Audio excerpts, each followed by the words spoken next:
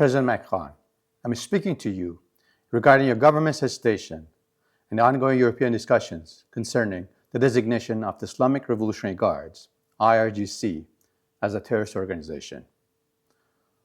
This hesitation is deeply troubling given the scale of the atrocities that the world is witnessing at the hands of this organization.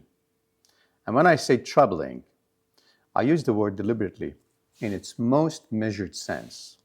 It is troubling because every action of the IRGC stands in direct opposition to the values that a republic must uphold. And when one speaks of the republic, France has a special place. A country governed by the rule of law and human dignity. A country whose philosophers, writers, intellectuals, and freedom fighters became an enduring symbol of resistance against fascism. So how is it then that when the Islamic Republic funds terrorism worldwide, when the IRGC carries out assassinations across its borders, and especially in France, as in the case of Shahpour Bakhtiar, when the IRGC commits mass murders and slaughters Iranians, when the Islamic Republic imports fundamentalists, terrorists, and mercenaries from Iraq, Afghanistan, Syria, and Lebanon to massacre Iranians, old and young, women and men, in the streets and at their homes, your governments appears not to stand fully with the people of Iran. This is critical. When hospitals are attacked, when the wounded are executed, when the imprisoned are tortured, raped, and murdered, war crimes are no longer debatable. They are redefined, and this time they're committed by a regime against its own people. We all know that this will not stop here.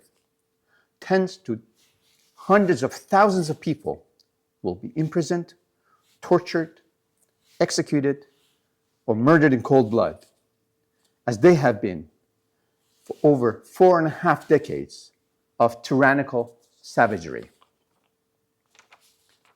This hesitation warrants an explanation. The free world deserves an explanation. The French people deserve an explanation. Why such hesitation in designating the IRGC as a terrorist organization? I know that in your head and in your heart, you understand and you know truly about what's happening in Iran. I have no doubt about it. So what's the calculation? Is this about the tensions with the United States, about asserting European independence? Or is it related to France's position on the Palestinian issue? If it's the latter, one might interpret this as a political trade-off, where the support of the Palestinian rights is treated as separate from delegitimizing a fascist dictatorship. But legitimate aspirations for justice do not require appeasing to a regime that exports terror and oppression across the region. A regime whose actions have fundamentally and continuously harmed the Palestinians too. If that's the case, and that's the reason, then it's deeply troubling that the leader of the free world would indirectly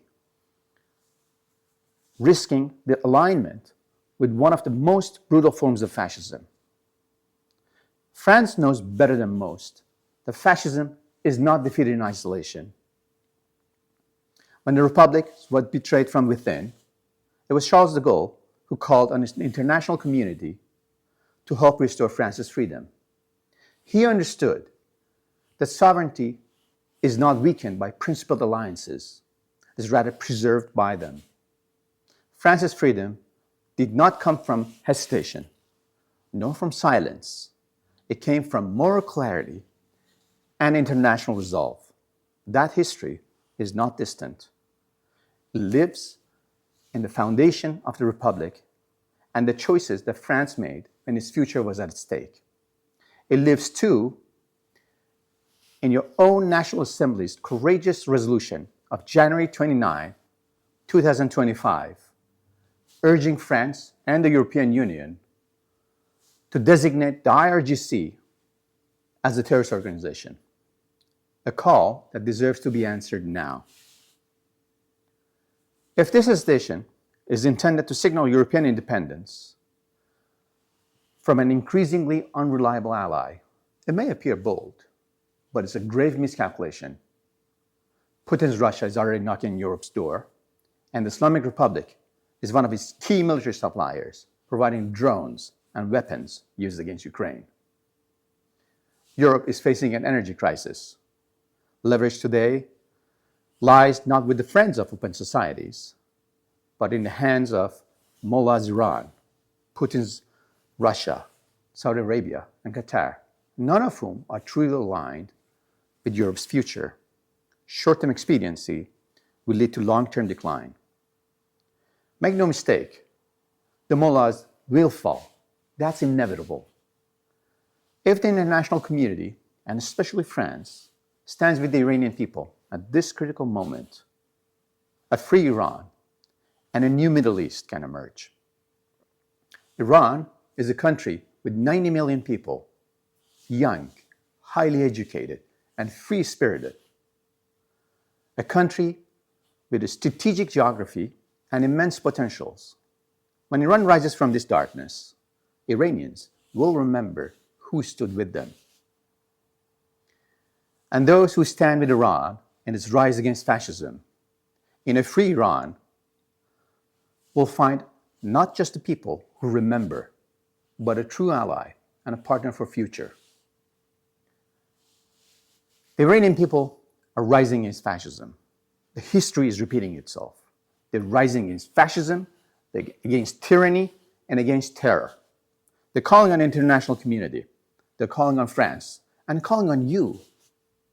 Follow the path of the goal. Stand with the people of Iran. Stand with freedom, not just in rhetoric, but in action and beyond.